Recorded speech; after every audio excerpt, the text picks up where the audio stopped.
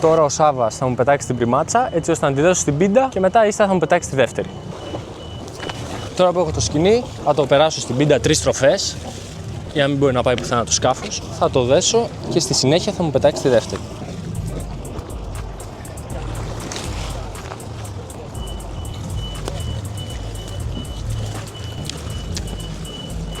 Για να πούμε την αλήθεια, στη συγκεκριμένη περίπτωση, επειδή είναι με πλήρωμα, το πλήρωμα ξέρει να διαχειριστεί το μήκος από τις πριμάτσες για να πάρει σωστά τα ρεμέτζα. Όταν το σκάφος είναι bareboat, δηλαδή με ανθρώπους που το έχουν πάρει μόνοι τους, τους δένουμε εμείς και τους ρυθμίζουμε εμείς για να έχουμε εμείς τον έλεγχο στο δέσιμο.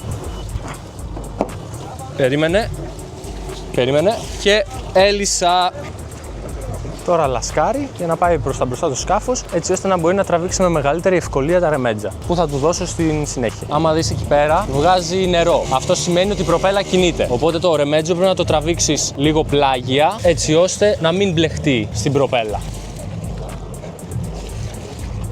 Μαζί τραβάνε το ρεμέτζο για μεγαλύτερη ευκολία. Ο στόχος μας είναι να καταφέρουμε το σκάφος να είναι δεμένο με 4 σκοινιά. 2 στην πρίμνη και 2 στην πλώρη. Τώρα που βάλε νεκρά, ρίχνουμε το ρεμέτζο μέσα έτσι ώστε να βυθιστεί. Και πάμε να του δώσουμε το δεύτερο ρεμέτζο.